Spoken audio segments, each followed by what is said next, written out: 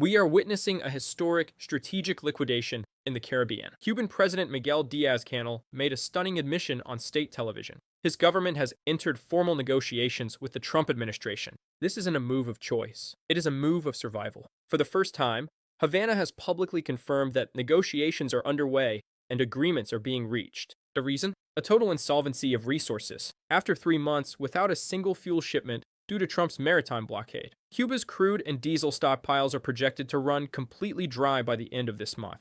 The island is essentially facing a total cessation of operations. As a CPA, I track supply chain choke points. President Trump's strategy has been to cut off the accounts payable of the Cuban regime by blocking its energy imports. In accounting terms, if you cut a company's electricity and fuel, you aren't just slowing them down. You are forcing a Chapter 7 liquidation. Trump's assessment from the White House was blunt. Cuba is at the end of the line. They have no money. They have no oil. This is the ultimate cash flow audit. When the cost of remaining in power exceeds the available liquid assets, the only option left is to negotiate the terms of surrender. I'm Camilo Motado, reporting for Thursday News High Voltage. As a certified public accountant, I look at asset attrition. When I audit a business that hasn't received its raw materials in 90 days, I don't just issue a warning. I declare operational failure. Today, we are auditing the Cuba ledger. We are looking at a state that has been forced to release 51 prisoners as a goodwill deposit to the Trump administration following a meeting with the Pope.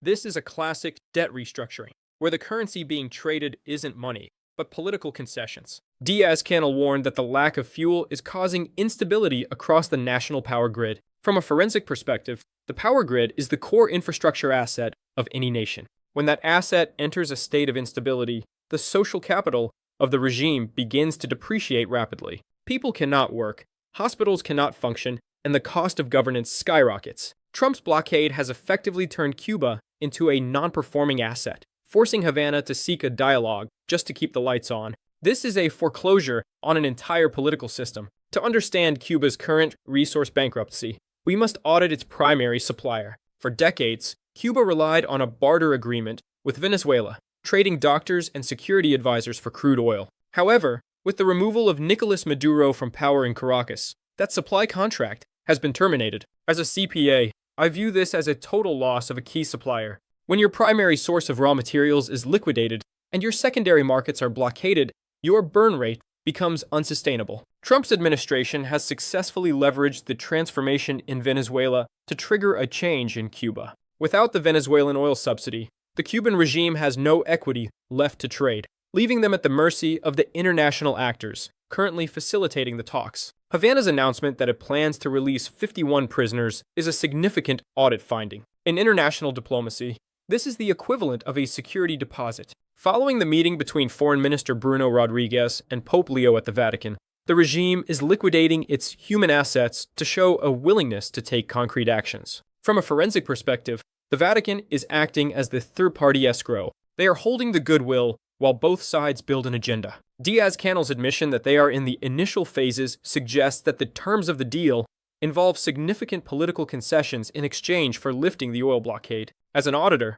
I see this as a debt-for-equity swap. Cuba is trading its ideological control for the energy liquidity required to prevent a total societal collapse. There is a stark contrast between the cost of operations in the Middle East versus the Americas. While Operation Epic Fury in Iran involves trillion-dollar expenditures and massive technical attrition, the regime change campaign in the Western Hemisphere is being conducted through economic foreclosure. Trump's strategy is a high ROI move. By simply tightening the oil blockade and shifting the regional balance of power from left-wing to right-wing, he is achieving historic transformations without the casualty count seen in the Persian Gulf. For the U.S. taxpayer, the Cuba ledger is a much cleaner audit. The island has no money and no oil.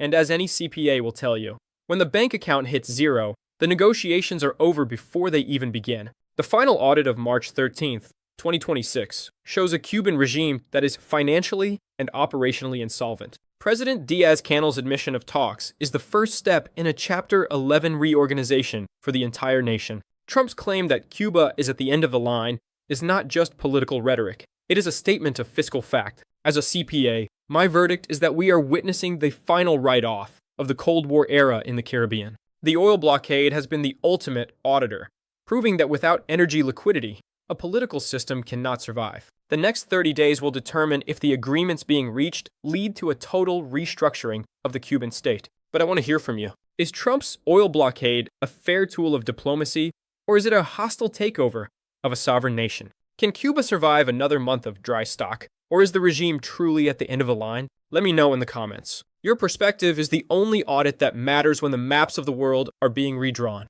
I'm Camilo Motado, certified public accountant, for Thursday News High Voltage. Subscribe to stay informed on the financial truth behind the headlines. Stay safe.